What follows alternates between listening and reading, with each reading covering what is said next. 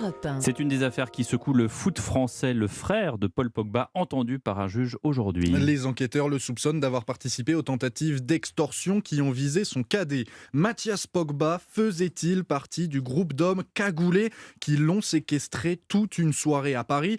Impossible, a-t-il répondu aujourd'hui, Guillaume Dominguez. Oui, c'est une information du service des sports d'Europe 1. Selon une source proche du dossier, Mathias Pogba a déclaré ne pas avoir été présent le 20 mars dernier lorsque son frère, Paul Pogba, a été séquestré dans un appartement de région parisienne. En revanche, les enquêteurs soupçonnent toujours l'aîné de la fratrie d'avoir joué un rôle dans l'opération. A-t-il aidé les malfaiteurs à localiser l'attaquant de la Juventus ? En est-il le commanditaire ? Ces questions restent pour le moment sans réponse.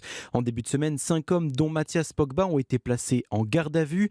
Ils ont été présentés devant un juge d'instruction cet après-midi. Ils auraient déclaré, selon nos informations, être eux-mêmes victimes de maîtres chanteurs qui les auraient forcés à agir, refusant pour autant de donner leur nom. Un mobile commun, mais des versions des faits qui se contredisent selon une source proche du dossier.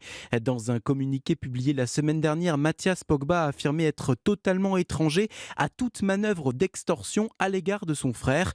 Paul Pogba, lui, affirme dans son audition qu'au moment des faits, des amis d'enfance et 2 hommes cagoulés armés de fusils d'assaut l'ont piégé pour lui réclamer 13 millions d'euros. Toujours devant les enquêteurs, l'attaquant affirme également avoir reconnu son frère aîné, Mathias, parmi les suspects. Les explications de Guillaume Dominguez pour Europe 1. Et puis